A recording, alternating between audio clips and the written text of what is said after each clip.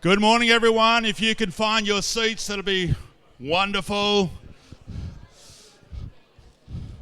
Thank you very much.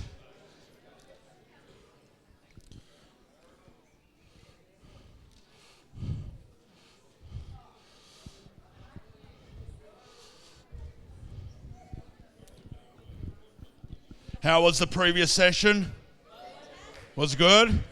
Was he okay? What do we give him? 10 out of 10. Great. Wonderful. If everyone from outside could come in, we want to honour and respect our guests. That'll be great. Thank you. I'm going to ask Jane O'Neill to come up with me. So this is Jane was our instigator in helping put this together. And so we are so blessed and honoured to have His Excellency, the Ambassador for Israel, and Dr. Hillel Newman. Have I got that right? Pretty close? Okay, great. So why don't we give him just a warm welcome? Yeah. Yeah.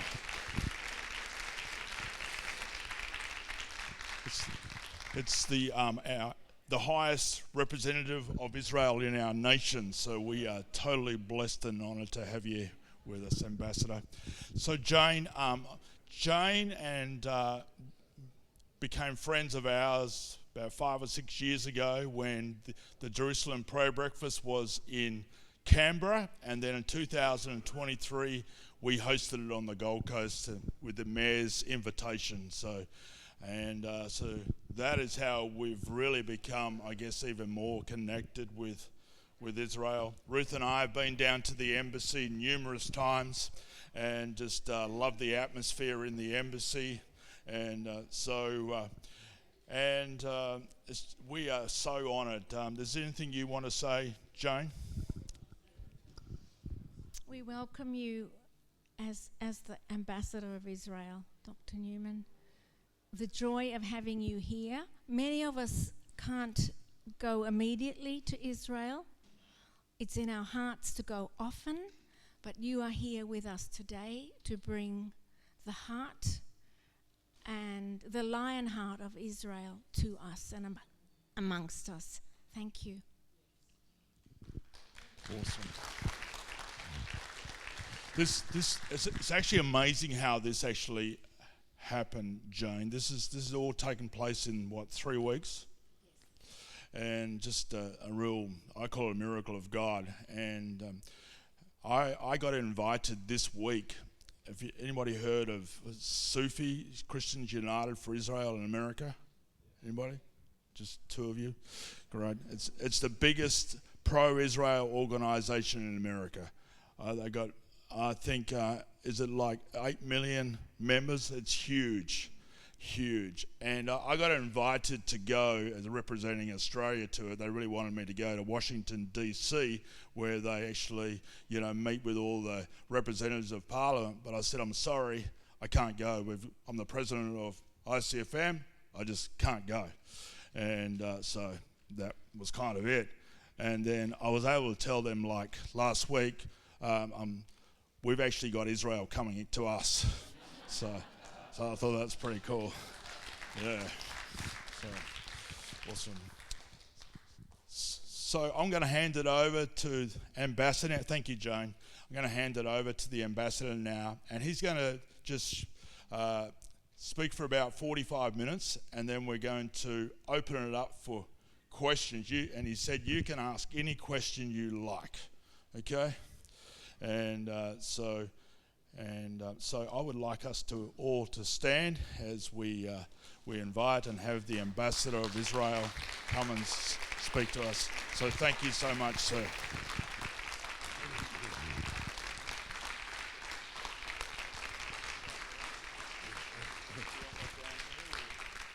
Wherever you want. I'll stand here perhaps so I can see. Shalom, everybody. Please be seated, please.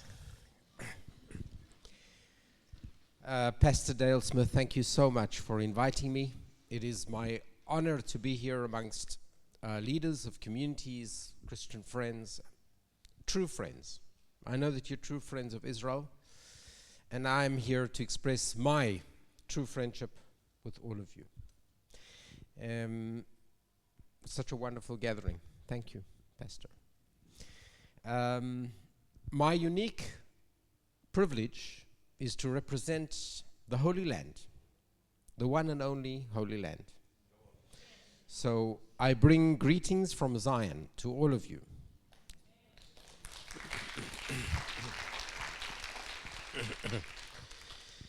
Yes, it's a miracle state. You know, we just celebrated 78 years of our re-independence. It's not our first independence, it's our, you could say, third independence. It's a true miracle. There is no such precedent of people returning after 3,000 years of persecution from all corners of the world, returning to the land of Israel, rekindling their sovereignty. And not only have we survived against all odds, but prosper. You know, the prophet Zechariah prophesied that the day will come when the elderly will sit in the streets of Jerusalem and the children will play on the streets of Jerusalem. And he predicted this prophecy in a very dark period, and no one believed it. It was like delusional at the time. And today it's a reality. The children play on the streets of Jerusalem and the elderly sit in the streets of Jerusalem. So we see the prophet's words coming true in our own times, and with God willing, we'll go from strength to strength. And as I said, it's not only that Israel survived against all odds. You know, from the beginning, Israel was attacked on all sides. Until today, the majority of the Muslim and Arab world reject Israel's existence in any borders. It's not a matter of, you know, there's so much misinformation out there, so we'll discuss that in any question. As Pastor Smith said, any question you want to ask, we're open. Just say there's so much misinformation out there, we can address it. But that's the aspect of the core of our existence. And we were attacked from the beginning. And the core issue of the conflict in the Middle East is the rejection of Israel in any borders. It's not a matter of, you know, the disputed territories or water, or it's just the existence of the state of Israel. The values we represent, the Judeo-Christian lineage and values. They rejected us in any borders, and we had to fight for our existence, and this fight continues till today, as we might touch on that as well. But not only did we survive, but we prosper. We're a global leader in innovation, which touches every single aspect of everyone's life, from health to agriculture to defense systems, the most sophisticated defense systems. The cellular phones that you use have Israeli technology. Everything just about has Israeli technology. It's such a small country, yet we're in the cutting edge of technology. So if this is not all a miracle, then what is? Right? So I bring you greetings and I bring you blessings, and you know the verse in Genesis says that those that bless Israel will be blessed. So I thank you for being friends of Israel and blessing Israel, and I bring you blessings and hope that you and your families will be blessed. Let's do perhaps an overview of what the situation is. Oh, you asked me to introduce myself and my journey. So I'll start off with my journey. My journey, I began, I was actually born in South Africa, and my father was a rabbi, leader of a community, so I know what it's like to be a leader of a community, and what it's like to be also the son or daughter of a leader of a community. It's not an easy life, I know that. And my father was a spiritual leader of one of the largest communities in South Africa, and I grew up there until the age of 12, 13, and then we immigrated to Israel. My father couldn't stand the apartheid system which was in South Africa at the time, and so we must go somewhere where there's true freedom and true justice, And being a Zionist family, it was Israel. So we immigrated to Israel. I grew up in Israel, and I began, after my military service as a medic in the IDF of Israel, a battlefield medic, started academic studies, and I thought I would be an academic, and I studied history, and I studied ancient history in antiquity, and I specialized, I did a PhD in the field of the Jewish sects of the ancient period, which is the period just before Christianity, really. I specialized with Sadducees, the Pharisees, Essenes, Qumran. Those were my 4 groups that I specialized in. So we can talk about that as well if you want. And then I thought I would be an academic. I started teaching at Bar Ilan University in Israel. I was teaching history in the Department of Jewish History. But then, as an extra income, I got involved in student activism. I was already teaching, but I got involved in student activism, and I got voted into one of the leadership positions of my university, and then into what's called the National Union of Israeli Students, which is a very powerful body. It's a very political body in Israel. And I got the position of international director. So we started doing exchanges of delegations from all over the world with Israel. And we started off with delegations with the known countries, the friendly countries, the European countries, but then we moved on to different other sections like Turkey, which we had never had before, and Korea and Japan. And so the Ministry of Foreign Affairs of Israel called me up. And they said, "You the head of the National Union of Israeli Students International Division?" I said, "Yes." And they said, "You're doing a mission with Turkey?" I said, "Yes." They said, "Have you ever done it before?" I said, "No." So they said, "Well, can our representatives join?" Because we were sending a very high-level student delegation. So they said, "Yes." I said, "Yes, sure, you can join." So we went to Turkey, and the representatives of our MFA, our Ministry of Foreign Affairs, joined, and we had good meetings, and then we invited them, and they came to Israel. And then the ministry called me up, and they said, "Well, what else are you doing?" So I said, "Well, we're doing Japan, and we're doing Korea, and we're doing Canada, cross-country Canada." So they said, "Can we join?" I said, "Sure."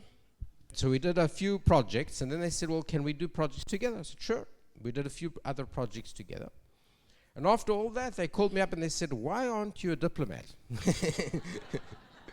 That was the first time I thought of being a diplomat. So I thought, I'm teaching history. What should I do as a diplomat? But then I thought maybe it's better to be part of making history than just studying history. So I put in my credentials to be a... So I put in my credentials and I was accepted. And the rest is history, as one would say. Now I've been 26 years in the Ministry of Foreign Affairs. I won't go into all the details, it's not, but I'll just say that I served 4 missions abroad, 3 as head of mission. I served as ambassador to Uzbekistan and Tajikistan, which are 2 Muslim states. And I served as head of mission in Los Angeles. It's called Consul General, responsible for 6 states in the United States of America. And this is my 3rd time that I'm head of mission ambassador here in Australia. In between, I served as an advisor to 3 different foreign ministers of Israel, different periods. Every time I came back, they pulled me back into the bureau of the minister, and I worked as an advisor, policy advisor to the minister. And my last position before I came here was senior policy advisor to the Knesset, which is the parliament of Israel. So you work with all the members of parliament and the speaker of the parliament in advising on international affairs, not domestic politics. That's not my field. I'm not a politician, I'm a diplomat. So now I'm here, and so that's my journey. So let's look at the where we are, geopolitical situation. So as I said, Israel is a very small country, but facing tremendous challenges. I think we all know about the Hamas attack on the 7th of October, 23. And I'd like to tell you what led up to that. And what led up to that was a mistake of Israel. Here, I am admitting mistakes of the state of Israel. Israel thought we can live with these threats. we thought we can contain them. But we were wrong. These threats like Hamas, Hezbollah, Iran in general, which is the head of the octopus, the head of the snake, which has many tentacles, many proxy organizations like Hamas, Hezbollah, Houthis in Yemen. They were threatening Israel all the time on our borders. They started launching rockets. You know, Israel withdrew entirely from the Gaza Strip more than 20 years ago, giving them freedom, no occupation. You know, you hear the word occupation all the time in the news. No occupation. Israel removed the entire Jewish population from the Gaza Strip, including graves. We even took the Jewish bodies out of the graves, knowing that they would be desecrated. So we took everything out. There were people living there for decades. We took them out. We tore them out of their houses. What was this all for? In the name of peace, in the name of coexistence. We said, okay, if we won't have any Jewish presence, and this is unprecedented, that Jews are not allowed to live in a place which is under Arab rule, right? Imagine if Israel would say no Arabs in Israel. We have 20% Arab population that have full rights, full equality. Imagine if we would say no Arabs. That's exactly what the Palestinian Authority and the Hamas say. No Jews. So we withdrew everyone out of the Gaza Strip. The Palestinian Authority, we set up the Palestinian Authority. We recognized, which was then a terrorist organization. We recognized them in the name of peace. We relinquished territory in the name of peace. There was this paradigm which said territories for peace. So we relinquished the ancient homeland of the people of Israel. You know, now they call it the West Bank, but it's actually Judea and Samaria. We all know the Bible, right? The name Jewish comes from Judea. That was the ancient biblical homeland of the Jewish people. So it's not Palestinian land, it's Jewish land, but it was given up for peace. So we went this path, trusting and hoping that this will bring peace, but it didn't bring peace. And the moment we relinquished the entire Gaza Strip, they, instead of building their sovereignty, building independence, building coexistence, what did they do? They built underground tunnels, started manufacturing rockets, and started launching rockets against Israel. And all of a sudden, our population in the southern part of Israel had to run to bomb shelters within 15 seconds. And we lived with this. We contained it. Why? For peace.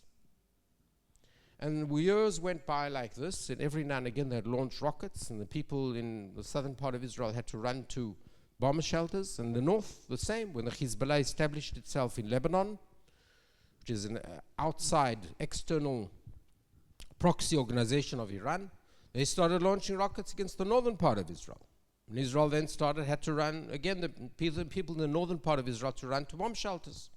They have even less than 15 seconds, because the distances are very short. So this went on, and Israel was containing this. And then we had October the 7th. October 7th was a wake-up call for Israel, not only for the entire world. It should be a wake-up call for the entire world, but it was a wake-up call for Israel. We say we cannot contain these threats anymore. We cannot live with these threats because we die. We die by these threats. So Israel decided that that's the end. We must get rid of Hamas rule in Gaza. We must get rid of Hezbollah launching rockets against our northern part of Israel. And we must really get rid of the existential threats that are emanating from Iran. Iran was rushing towards nuclear capability, nuclear warfare. Now, for years they said, we have no interest in nuclear warfare. And then Israel grabbed their archive in Tehran. I don't know whether you remember this, but our Mossad managed to attain their archive. And the archive is black on white, as one would say, that they were planning military nuclear warfare. So we had this existential threat which was rising. They were rushing towards a bomb. And on top of that, they also had a plan to manufacture as many missiles as possible 300 a month, stockpile them, and then launch them at one go against Israel, which would have been an existential threat to the state of Israel. You know, we have the most sophisticated mechanisms to defend. Everyone's trying to buy it from us now. But we have the most sophisticated in the world. It's called the Iron Dome and the David Shield. But they have a flaw. They can only intercept about 90% in one go. So if you send 10, okay, 1 gets through. If you send 100, okay, 10 get through. But if you send 40,000, then you're in an existential threat. So that was their plan. Their plan was to stockpile tens of thousands of rockets and then launch them all at once. From Israel's point of view, that was an existential threat, and we decided to act. So we first went out against Hamas. After we more or less decapitated their ability, and today they don't have the ability to launch even one rocket against Israel. So we went out against Hamas, and then it was our Prime Minister's decision not to do a multi-front at the same time, but one by one, which I think was a very wise decision.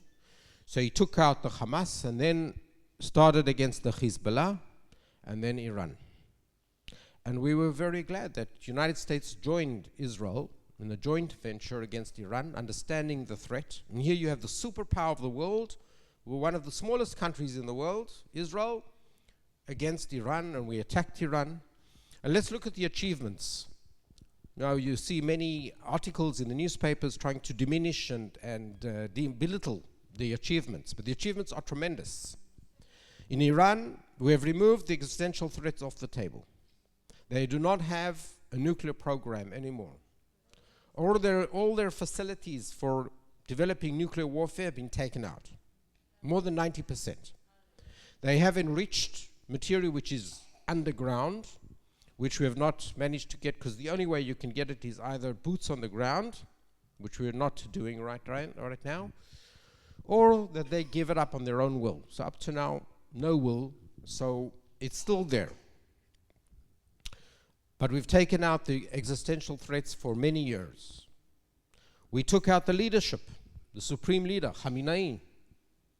We took out large sections of their IRGC and the Basij forces, which were the ones oppressing the people of Iran. And the people, this week I met with the leadership of the Iranian Australian community here, and they are so full of thanks and gratitude to Israel for removing threats to the people of Iran. We make a clear distinction between the regime and the people.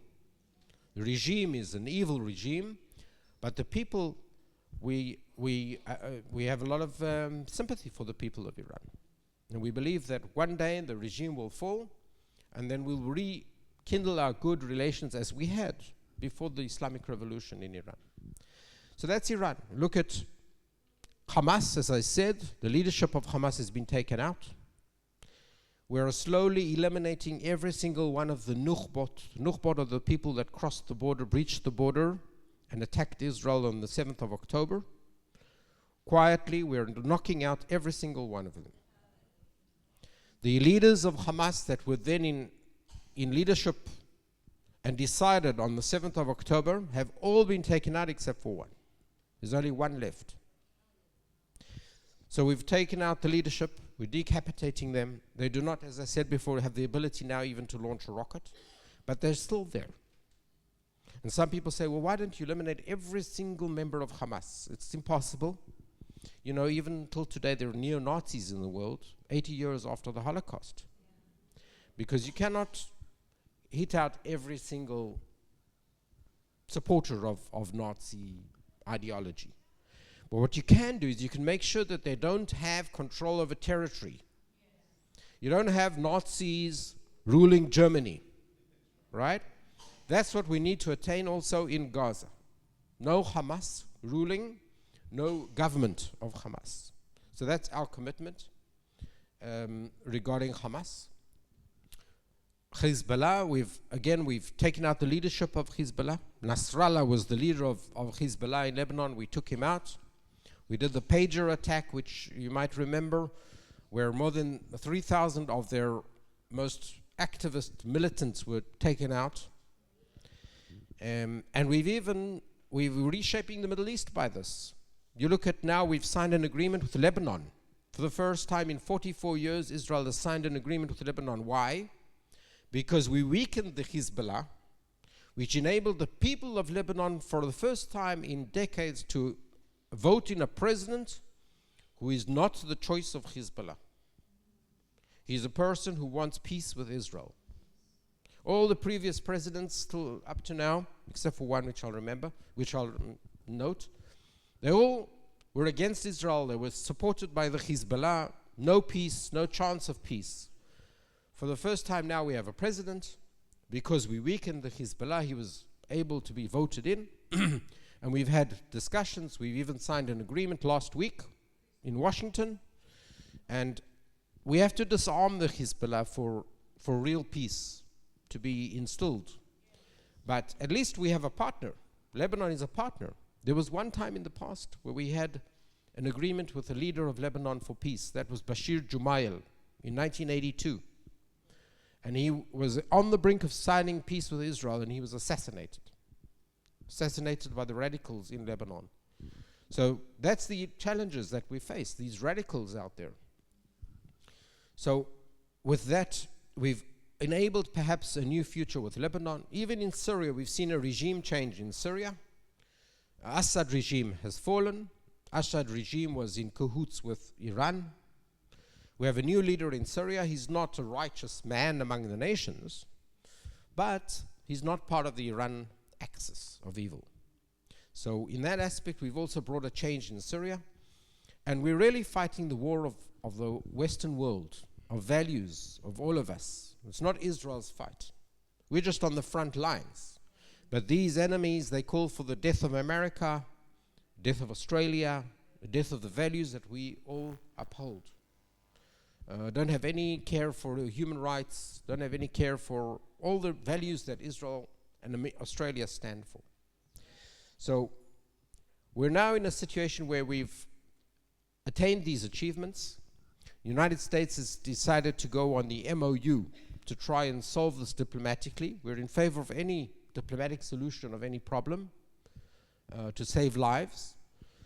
But we have to monitor the situation and make sure that in the end, the Hamas do not rule in Gaza, Hezbollah do not rule in Lebanon, and we do not have these radicals on our borders. That's the change of our perception, that we cannot contain these threats anymore, and we do not judge according to intentions. We judge according to capabilities. If someone has the capability of killing me and wants to, then we must act in order to prevent it. So that's the geopolitical, more or less, situation right now. As I said, we've gone a long way forward. We haven't reached final paradise. And paradise is close by here, I understand. But we have not reached paradise yet. Let me say a few words about my experience here in Australia. I joined only 4.5 months ago. I arrived in Australia, and I thought of it as paradise before I came. You know, the Israelis have these exotic sites that they want to visit, and one of them is Australia. They all want to visit Australia. And the truth is that I'm a nature lover, so Australia is very good for me, and I love beaches, and I'm going to try and travel the country, but I've been so busy since I landed, since I came, just been, as I said, I'm here 4 months. In the same week that I arrived, the war broke out from United States and Israel against Iran. So we've been like on a roller coaster since then, all the time busy with that. But the time will come, I hope, when I'll be able to visit the beaches and the nature of Australia. But this paradise, sadly, has a lot of roses but a lot of thorns. We follow the anti-Semitism in Australia, which is mind-boggling. And I just wonder to myself how so many people can get so lost. You know, we're all believers, so we believe in free choice. And free choice means that you have different options. If you don't have different options, then it's not really free choice, right? So you have the choice of deciding between good and evil, using your judgment. And so many people judge wrongly. And I know that you all stand with justice and the right side of history, and I commend you for that, because it takes courage. With the popular trends, it takes courage just to stand for what is right and just, for morals. There's people out here in Australia that stand with the Hamas. You know, the first demonstration that I heard about after the 7th of October was opposite the Sydney Opera House. 2 days after the attack, before any Israeli soldier went into Gaza to remove the threat.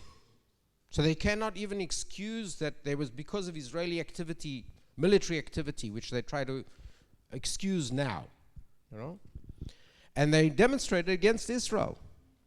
So what were they celebrating? What were they demonstrating, protesting? They were celebrating the slaughter of Jews. They were celebrating the slaughter of Israelis. There was no other reason for them to demonstrate against Israel, which was attacked. So this is just a symbol, I think, of this level of hatred. An article of mine is going to come out in the Australian tomorrow about the levels of hatred in Australia. And it's very sad. It's very sad that there is this hatred.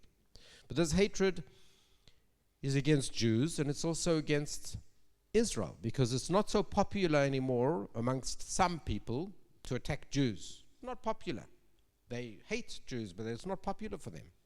So they attack Israel, the state of the Jews. It's more trendy, right? They say they're anti-Zionists. But what does it mean to be anti-Zionist? It means to negate the state of Israel in any border. It's not, they try to portray themselves as humanitarian, caring for humanitarian causes, and to two-state solution and coexistence. But when they march on the streets and they say from the river to the sea, Palestine will be free, what are they saying? They're saying no Israel in any border. When they demonstrate and they say they're against Zionism, I mean, we all know the word Zion comes from the Bible. What does it mean? It means Jewish sovereignty in the land of Israel. So when they're against Zionism, they're against any Jewish sovereignty in the land of Zion, land of Israel. They're not talking about disputed territories. This is not legitimate criticism of the state of Israel. Now, Israel is full of self-criticism.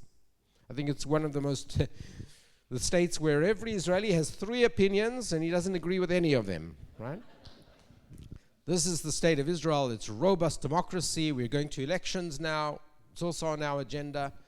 There'll be a lot of talk, a lot of disunity perhaps around the elections. That's natural. That's democracy.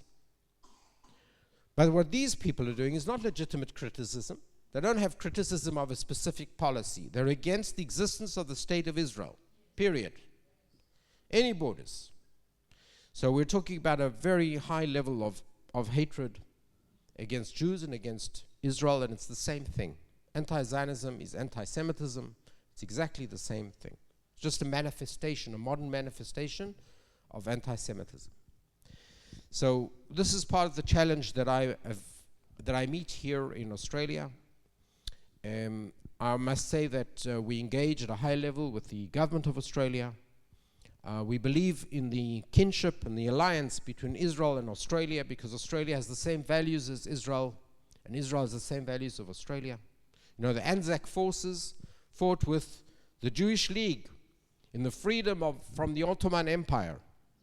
We fought together because we believe in the same ideals and the same values. So many years ago till today, we're the like-minded country, and we're the only country in the Middle East which has a true, genuine democracy and upholds the values of Australia in every field that you look at, whether it's human rights, whether it's women's status, any aspect of even progressive values, as they're called.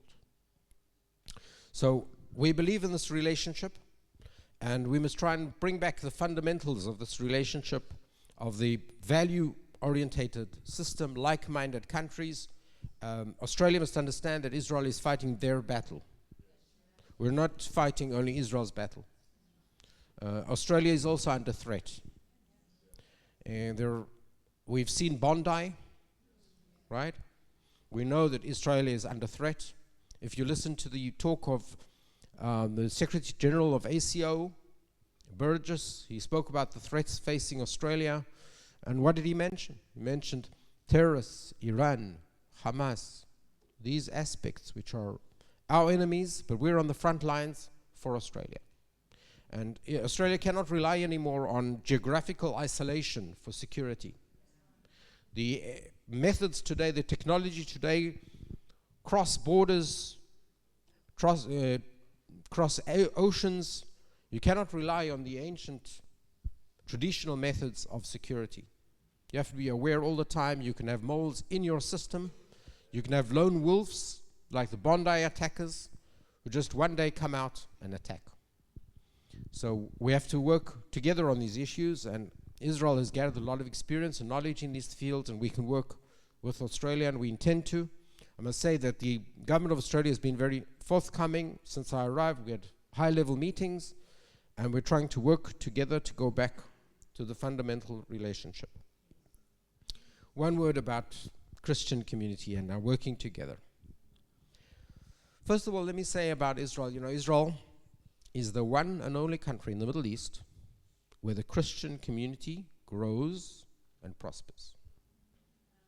We checked the data a few days ago, and the Christian community has grown 5 times as it was when Israel was re-established in 1948. Look at every other country in the Middle East, you'll see that the Christian community suffers, is diminishing. You know, part of the agreement with the Palestinian Authority was to give Bethlehem, to the Palestinian Authority. Since then, the Christian community in Bethlehem is diminishing, is suffering, is persecuted. And some of them turn to us and they say, bring back Israeli control over Bethlehem. Just a week ago, Christian leaders in southern Lebanon asked for them to be annexed to Israel. Again, Christian leaders in southern Lebanon asked for them to be annexed to Israel. We cannot do that, of course, because it's Lebanese territory. We have no aspirations to conquer territory of Lebanon, and we're just there for security, to defend our people. And when the time comes and the Hezbollah is demilitarized, we'll move out of Lebanon. We have no interest in staying in Lebanon or any other place. We have security zones now vis-a-vis the Hamas in Gaza, vis-a-vis Hezbollah in Lebanon. But we have no interest in holding these territories forever. We're just bringing security right now, and when these militarized organizations, terrorists, will be disarmed, we'll move out. But the Christian community in Lebanon wants Israeli sovereignty because they know that under Israel, they're safe. All the religions in Israel, Christian community, Jewish community, and Muslim communities are safe in Israel. You know, in the old city of Jerusalem, in 1 square kilometer, you have the Holy Church of Sepulchre, and you have the Al-Aqsa Mosque, and you have the Western Wall. Very difficult, a lot of tensions between the communities, but Israel preserves freedom of religion for everyone. And the first time that there was true freedom of religion in the Holy Land was when Israel was re-established in 1948. Till then, there wasn't freedom, not for Jews, not for Christians, because it was under Ottoman and Muslim rule, and we know Islam has rules about how they relate to the kafirs. Kafirs are those who do not believe in Islam. So now there is true freedom of worship in Israel, in the Holy Land, and we will preserve the Christian community, preserve everything, and try and make sure that it grows and prospers even more. Israel has appointed a special emissary to the Christian community. Let me tell you about him. His name is George Deek.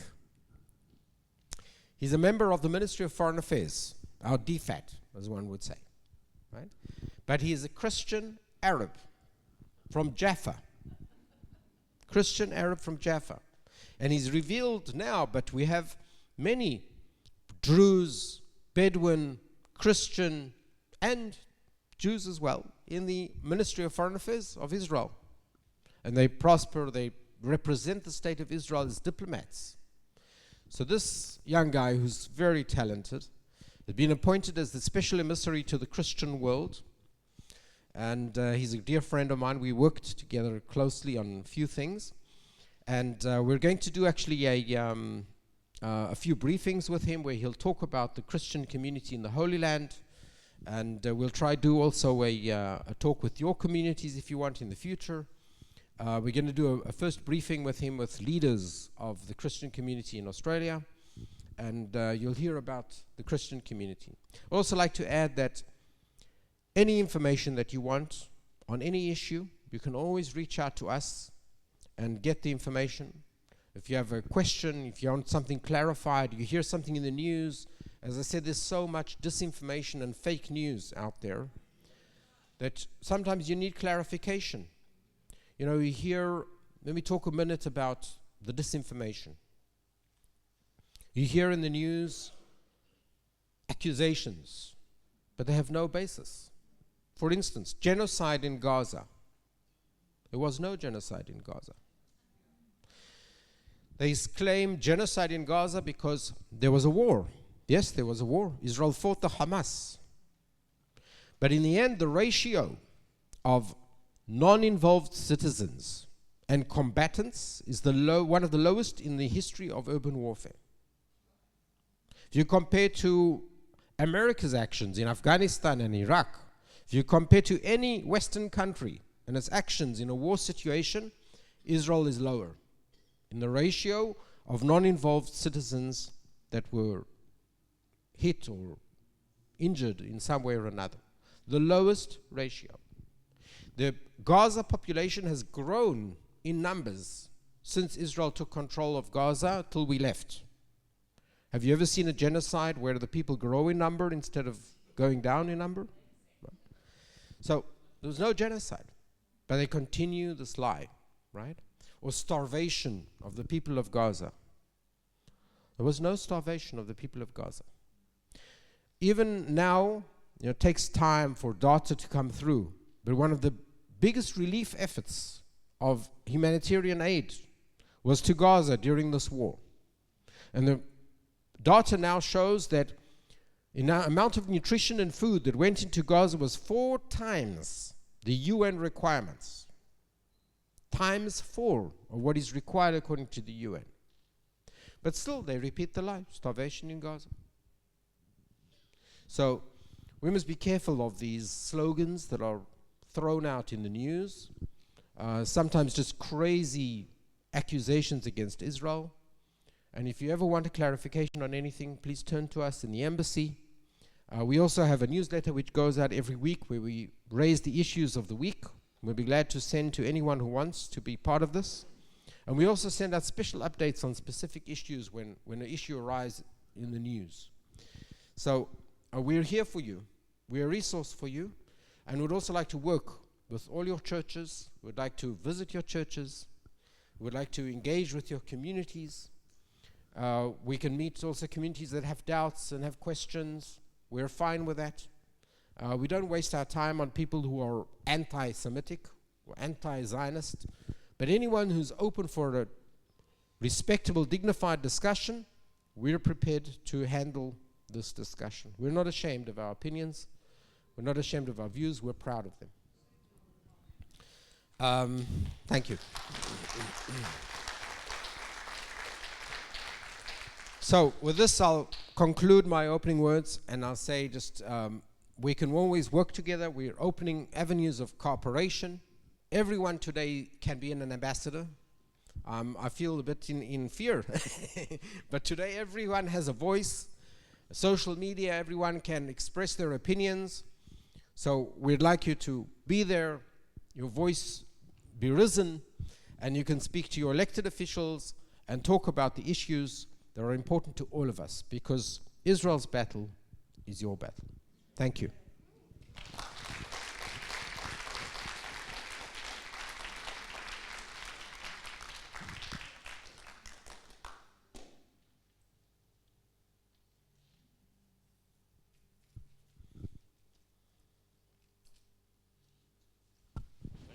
ambassador. Isn't that good?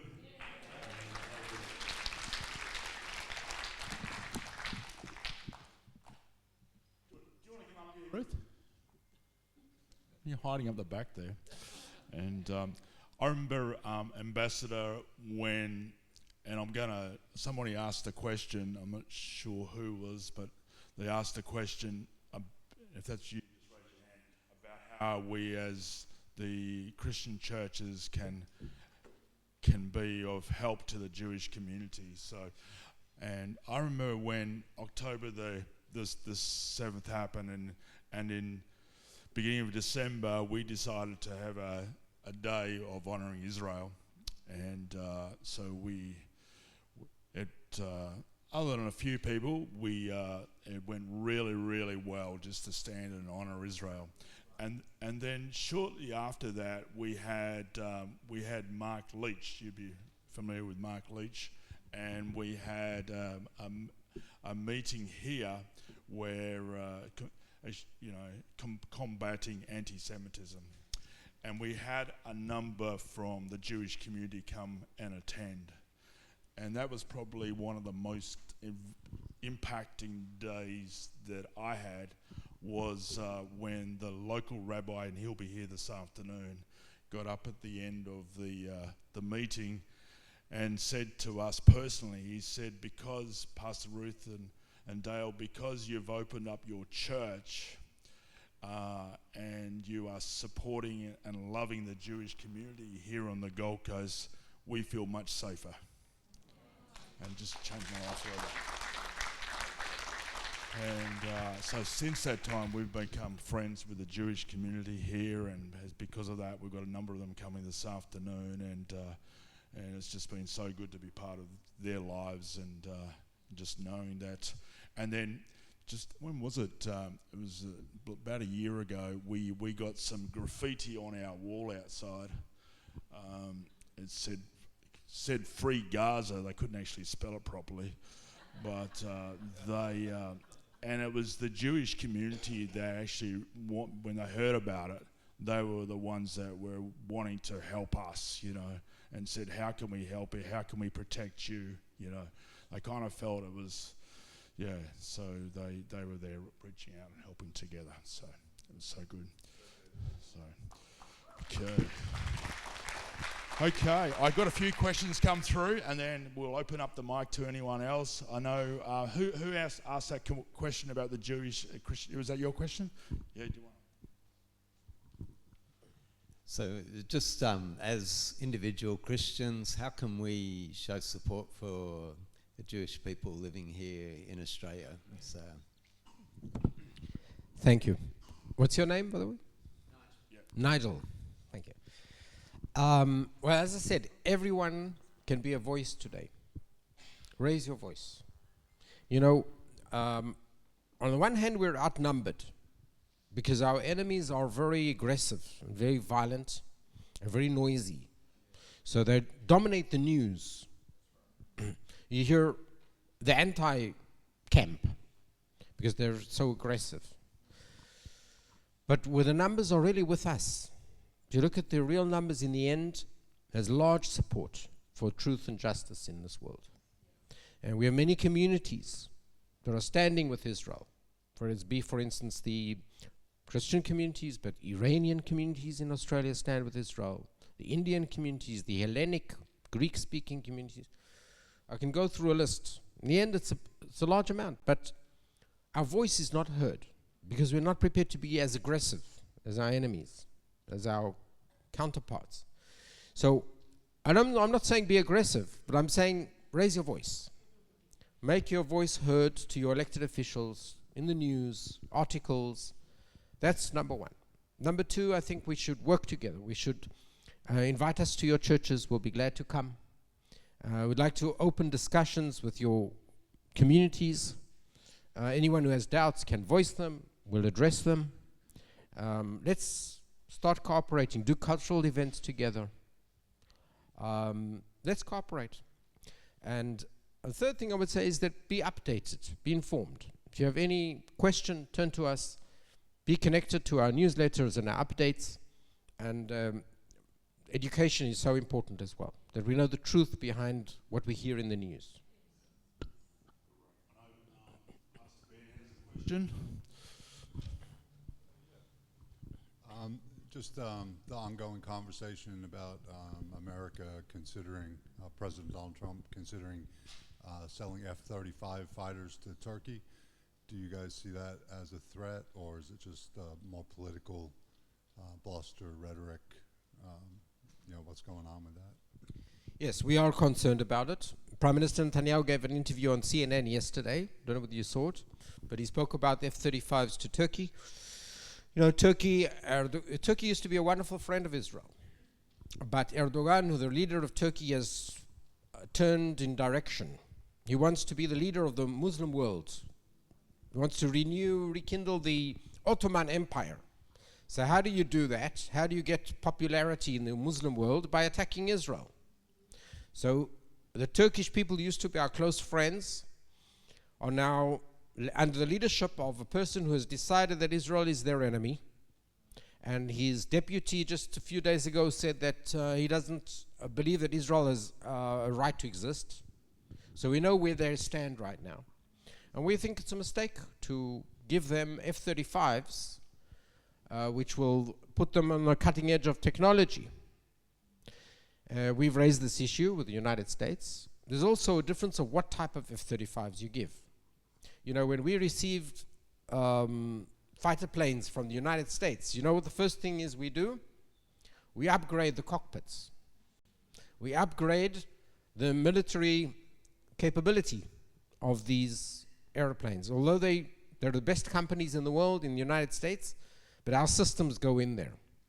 So there's also a big difference in what type of fighter jet you sell, whether it has the upgraded qualities or the low-graded qualities. So we think that it would be a mistake to sell F-35s to Turkey. Turkey is not a friend. And also the second aspect is, okay, if you do sell F-35s, make sure that they're not the upgraded type. Thank you, Ambassador. Ambassador, many of us are concerned in the direction our country is going. You've touched on it already, the increase in anti-Semitism. But what's, in a practical way, can we begin to have influence over our politicians, particularly those, I'd like your opinion, if you would, on our Prime Minister. We have to pray. I know we have to pray for him. It doesn't say we have to like them. But anyway, how can we practically influence or have influence, and even our education? A lot of our anti-Semitism is coming from our universities. How can we, in a practical way, have some influence in those areas? Well, praying is not a bad idea. You can always pray. Yes, look, we don't meddle in Australian politics, right? We don't we can, in private conversations, we can give our advice on what should be the policy, but that's up to Australia to decide their policy. But you can, as an Australian, you can lobby your elected officials, your politicians. You can lobby the Prime Minister's office and the Foreign Minister's office and express your opinions of what you think should be the direction that Australia takes. All I can say is that I've come with a lot of goodwill to work with Australia and rekindle the fundamental relationship which is based on shared values, like-minded countries upholding the same values. We're the only country in the Middle East that does that. So we try to remind them, the entire leadership of Australia, and you as Australian citizens can do that as well. Regarding, you mentioned the campuses. Yes, there's a lot of this campaign, false campaign that is spread in the media has influence over the brains. It brainwashes the young generation. And we have to counter that. And we have to stand and tell the truth and speak the truth, preach the truth in our communities, so that the younger generation will be less influenced to be on the anti side. People lose in their free choice. Sometimes they make the wrong choice. Thank you, Ambassador. We've got a question from a younger generation. Hi, Ambassador. My name's Joel. Probably a lot of the work you do doesn't make the news. So I was just wondering, what is a piece of work or a deal or something that you've done that you're most proud of when serving as a diplomat? Interesting question. Okay. I've been through a lot of experiences. I'll say two good examples. One is I arrived in Los Angeles as Consul General, and I realized that the consulate, you have embassies and you have consulates. Let me explain the difference. Embassies are always in the capital, and once a country opens an additional mission, an additional office, then it cannot be called embassy number 2, right? It's another office, so it's called consulates. That's the law of diplomatic service. So any country that opens up an additional office, 2, 3, 4, whatever, they're all called consulate generals. And the head of that office is called a consul general. So in America, we have 8 consulates spread all over the United States. And each one is responsible for 5, 6, 7 states of the United States. And that's how we cover the 50 states of the United States. So I was in Los Angeles, and I came there to the consulate, and I found that there's hardly any networking with churches, the Christian community. So we started, I connected with a professor of Jewish-Christian relations in Los Angeles, and I said to him, the consulate doesn't have connections. Do you know pastors? Do you know leaders? He said, of course. So we started meeting. We started meeting one by one. I used to visit the church and sit down with the pastor, and slowly, and then he said, well, I've got a few friends as well, and I've got a few friends. At the end of my mission, we had more than 200 churches in the network of friendship, built from zero. So that's one accomplishment that I would say I'm very proud of. Another example I will give is from a Muslim country. I arrived in Uzbekistan, which is a Muslim country, and the relations were not that good at the time. Actually, it's a friendly country, but I won't go into the details, but the relations were not good. And I thought, how can we change the relationship? I said, one thing is, Iran used to come to countries like these and offer millions of dollars and just request, cut your ties with Israel. That was their request. So a country has a dilemma. Is it worthwhile for them to continue their relations with Israel when they can get millions of dollars? So that's a dilemma which we have to address. And I said we have to bring benefit to Uzbekistan. The relationship with Israel must bring them benefit. So we started bringing health delegations. We brought doctors of eyes who used to come for a week, and in 1 week do hundreds of operations. And people who were blind came out after a week seeing. Wow. Yeah. We brought heart experts. They did operation cardiologists. They would come into a hospital and we'd gather hundreds of patients from all over Uzbekistan. Bring them to the hospital. They would quickly do diagnosis, diagnose what is the problem, if it's treatable or not. People who have heart problems, difficulty in breathing, whatever it may be. So they did diagnosis, and they did life-saving operations within a week. So we did a few things like that, and the next thing was that we did agricultural cooperation. We found out that cattle is breeded in Uzbekistan. There's a difference between cattle for meat or cattle for milk. So it's totally different sectors and breeding. So the cattle for milk, we found that their average of milk production was less than a quarter of Israel's. In other words, an average cow in Israel gave 4 times the amount of milk than a cow in Uzbekistan. So we brought an expert, and he lived in Uzbekistan for 3 years. And he went from ranch to ranch giving them advice on how to improve the milk production. And after 3 years, they increased their milk production 3 times.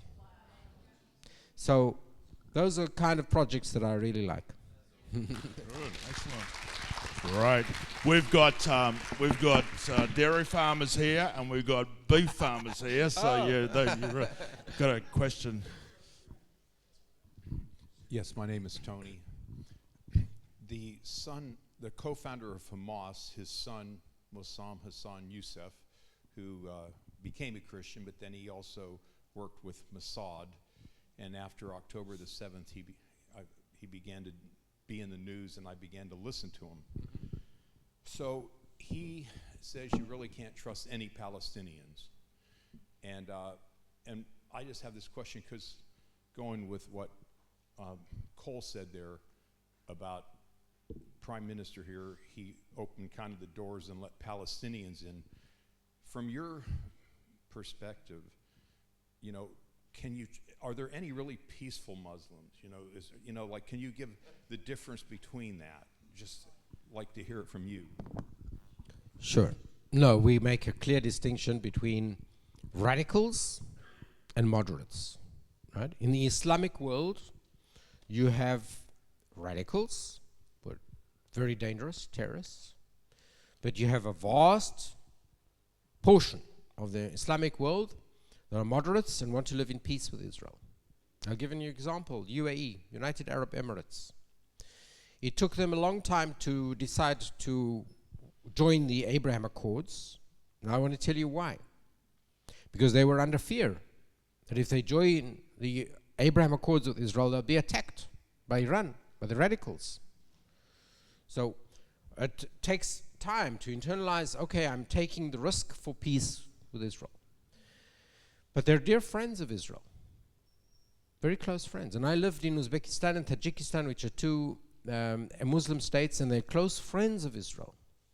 They understand the Abrahamic relations. They see Israel as cousins, brothers. It's a different type of Islam. There's the radicalized, politicized Islam, which is mainly in the Middle East, like Egypt and Jordan and Algeria, countries that are radicalized. And although we have peace with Egypt, the popular opinion in Egypt is radicalized. It's not peaceful. It's a very cold peace, because they don't instill peace.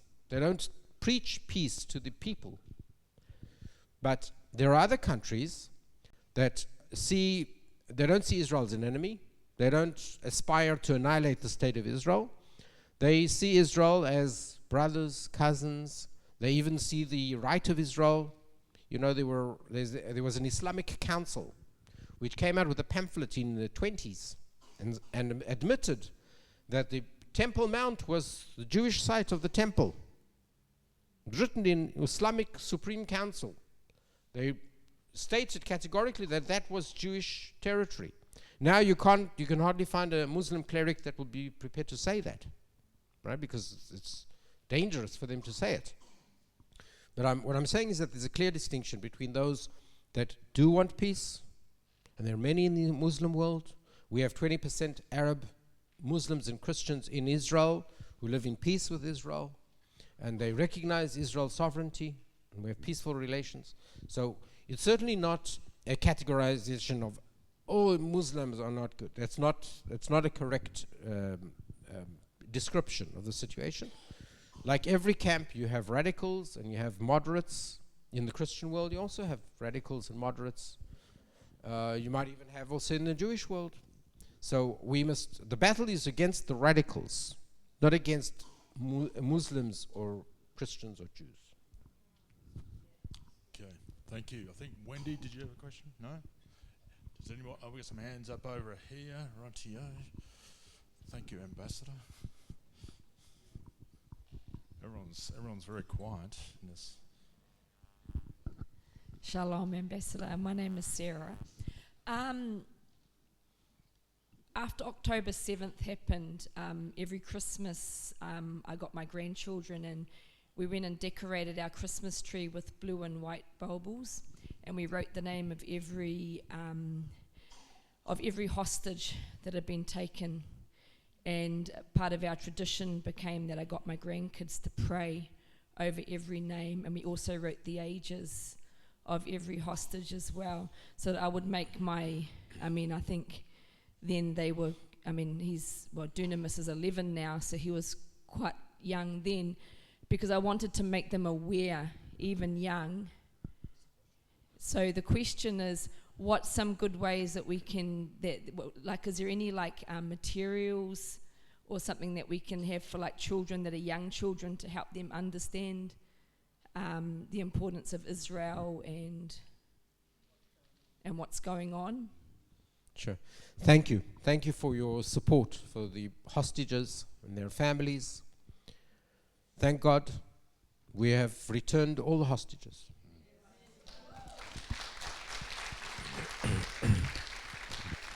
You know, senior levels of the military of Israel said it will be impossible.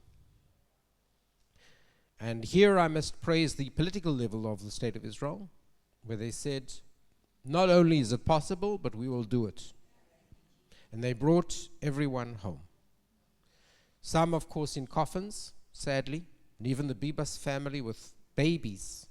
They were throttled to death by the Hamas. No sympathy of any kind, no humanity of any kind. I'm not talking about the rape and the sexual abuse and the persecution that the people went through while they were hostages. Stories are slowly coming out.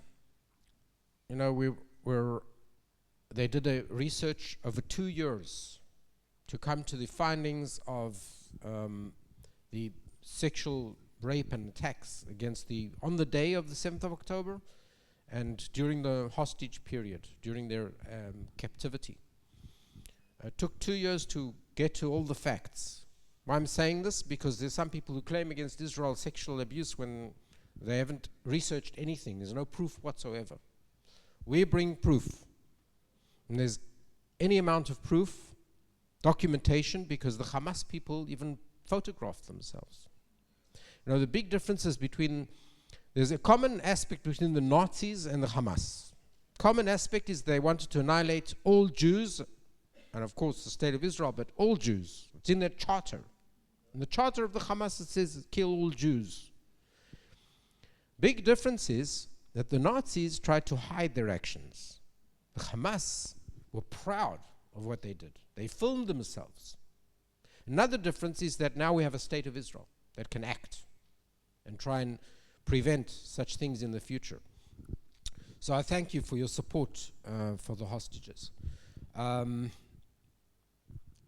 What was your question exactly? I don't remember now. How can we make our younger children? How can we education. Make our education? Yeah, education. Look, there are many curriculums. There are many ways of developing education for the younger generation. I think it's important that here in Australia their obligation of studying history and studying Holocaust studies, for instance. We've seen in the news even cases where schools stopped teaching the Holocaust because there was too much anti-Semitism in the schools. And such a irony, right? So we have to make sure that people are educated, learn the history, know the facts. Curriculums, there are many curriculums. Israel is also now assisting in spreading curriculums in English. So if you need such a thing, just turn to us and let us know. We'll try to find for you. Depends what topic you want. But there are many curriculums that teach anti-Semitism, and we can connect you with those that have such curriculums. I can, anybody wants the embassy's email, I can give that to you, okay? So just contact me and we can send it out to you. Great. Well, the other thing I thought of was, it'll come back to me, that's right.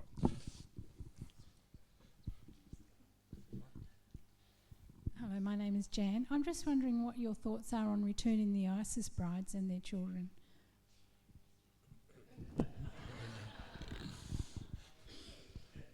Well, I'm not here to delve into domestic Australian politics, and I'm not also an attorney to tell what the legal situation is, right? But I can tell you that such people, if I had the legal means, I wouldn't bring them to my country. But every legal system is different. So if the legal system obligates you to bring back such people because they're Australian citizens, and if they have no other nationality, then there is international law about this aspect that you have to take back people if they have no other place to be. If a person is a refugee and the only nationality he has is, or she has, is a specific country, then that country is obligated by international law to return them, allow them access to that country. So if there's a legal aspect here which obligates the return of them, there's nothing one can do. There's international law. But if one can get around the international law, I would advise to get around it.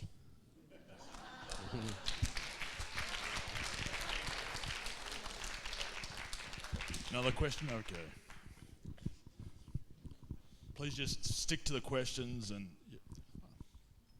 Thank you. Thank you for being our ambassador here. Thank you for coming. I recently had an opportunity to meet with a senator who's likely to form government in the coming elections, which will be in 2 years, and to ask him if would be their border policy concerning Israel and the occupied Palestinians. So he asked me, what would you have anything to suggest? But I wanted to ask what's on your heart as Israel. How would you like Australia to form a foreign policy concerning the border? Well, I have a lot to say about that. First of all, I would start off by not calling it the occupied Palestinian territories, because it's not occupied. First of all, the territory itself is the Jewish ancient homeland, so it's not really Palestinian. But if Israel was prepared to relinquish the territories to the Arab population for peace, but it's not that this is Palestinian territory. Never was. Never was a Palestinian entity in the history of the world. It never was. You know, when Israel took over the Judea and Samaria, redeemed, liberated the parts of the Gaza Strip and the West Bank, what we call Judea and Samaria, there was no Palestinian entity. It was part of Jordan and Egypt. The Gaza Strip belonged to Egypt, and the West Bank belonged to Jordan. There was no Palestinian entity. And before that, if you go back in time, there were different colonial powers that came.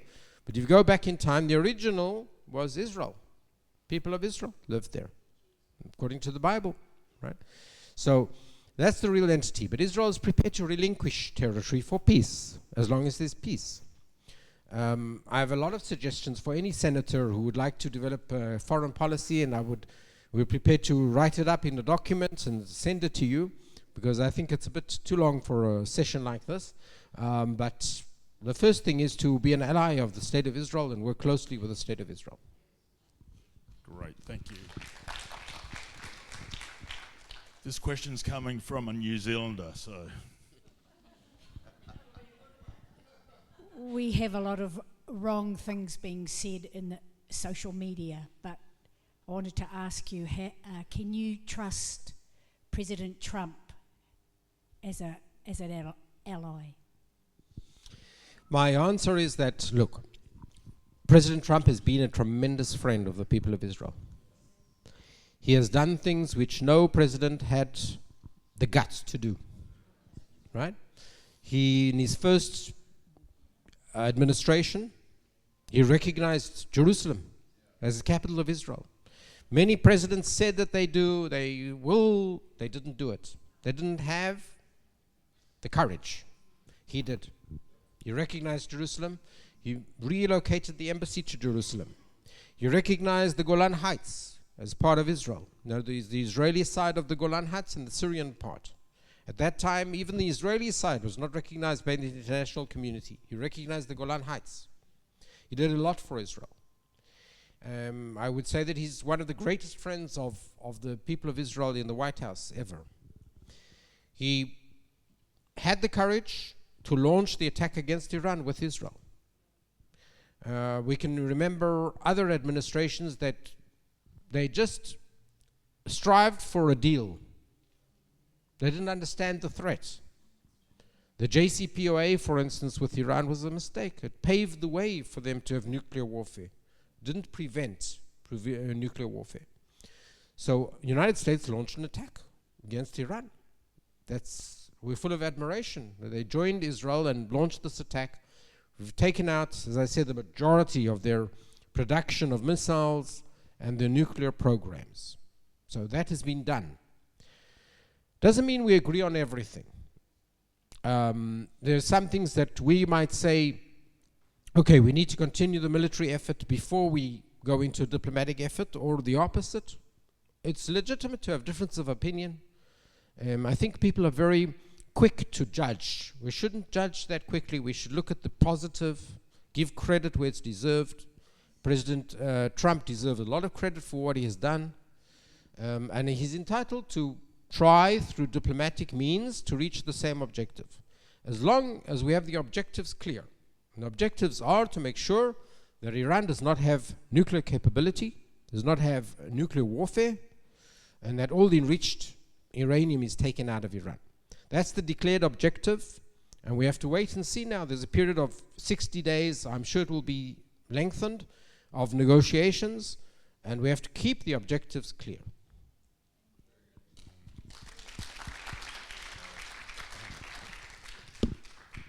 Do the Americans have a question? Hey, my name's Kempy Womble. We're visiting from America.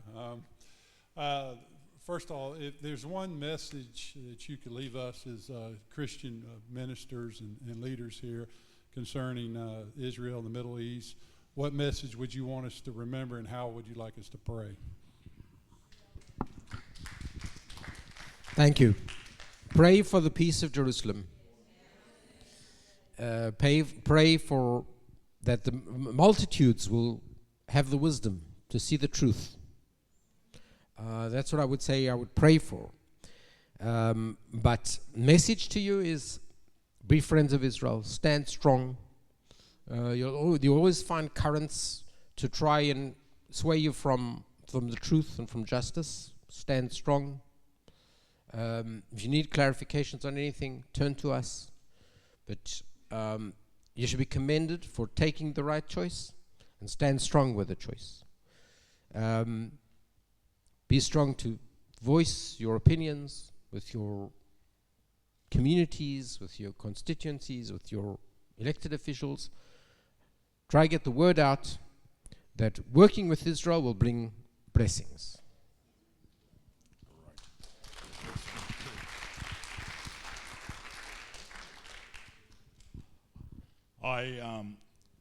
With the newsletter, Peter asked about a question. I can, if you want the newsletter, let me know, and I will give the embassy your details.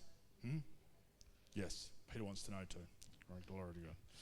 So, yes, last question. Okay. Yeah, last question. Hi, Ambassador. My name's Jane. I just wondered, how are the Jewish people of Australia feeling? How are they? Yes, like every community, every type of community, there's a lot of difference of opinion, even in the Jewish community. That's part of our history, many in dialogue and dispute. But there's one thing that unites the majority of the Jewish community in Australia. The fact that they're Zionists, supportive of Israel. They're warm communities. There's one organization which is a small minority which makes a lot of noise. They don't represent anyone, less than a dozen people. And the rest are all fully supportive of the state of Israel.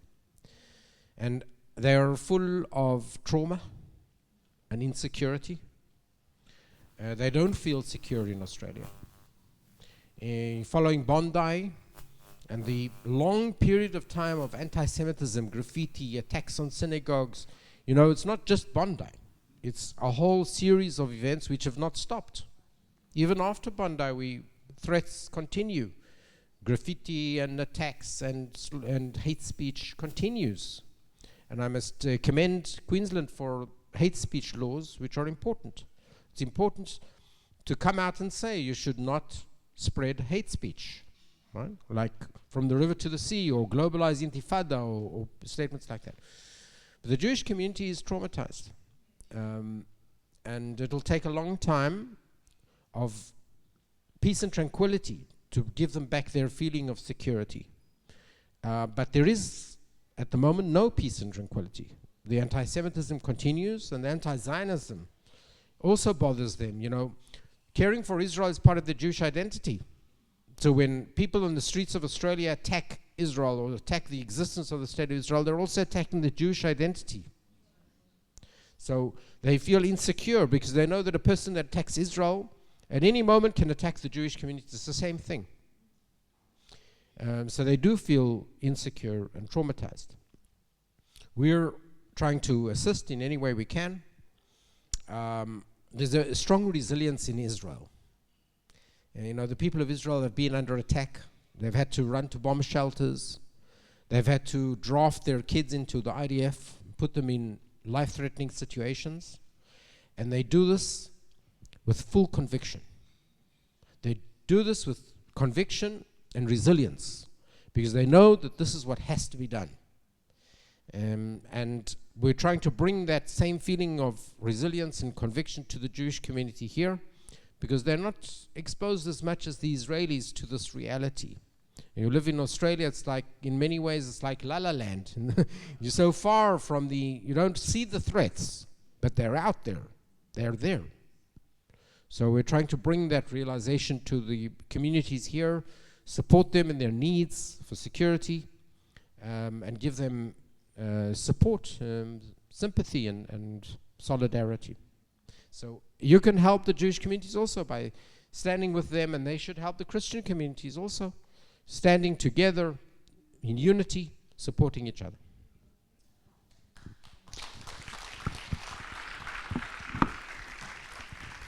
Why don't we give the ambassador a big thank you? Awesome, yeah.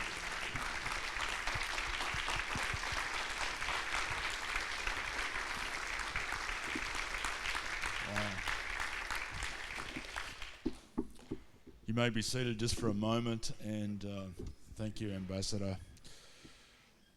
This afternoon, we do have a round table, which was invitation only because of security. If you are coming to that, we do have a number of the Jewish community coming, so that'll be a good, you can just love on them. So it'll be a real special time. So we're looking forward to this afternoon. The ambassador's coming back here. And so for security reasons, the registrations have stopped, but if you did miss out, we might be able to do something, so let me know. Okay? Sure, the ambassador wouldn't mind, but for security reasons, we just got to be mindful of everyone. We know and need to know everyone that's going to be there. Wow. So haven't we been blessed? I just really think this is the first time the ambassador's done this at a Christian conference. He's done smaller meetings in the embassy. And so I believe as ICFM, we're paving the way, for him to do this more in our nation. And so thank you, Ambassador. Just before we go to morning tea, I think it's all out there. I think the ambassador might stay for a little bit, but then he has to go. He's got other meetings in between. And so I think there is a coffee machine so avail yourself that for the barista, and I'm paying for it. So only one, okay? Only one coffee. So praise the Lord. Yeah, so praise the Lord. So I'm blessed. So avail yourself of that. And so then enjoy time of morning tea, have lots of fellowship, spend time with each other, and then we're back here. What is it, 12 o'clock? We're back here. Shoot there, just come back at 12. And okay, back here at about, if you can get back at 12, that'll be great. And then we have our final session for the afternoon, for the morning, and then we've got lunch at 1 o'clock. Okay? So you've been well looked after today. So thank you again, and once again, thank you to the ambassador and to his security team.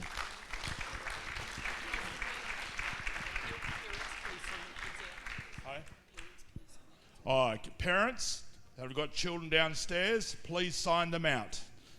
Okay. Yeah, maybe we'll get a photo this afternoon. Or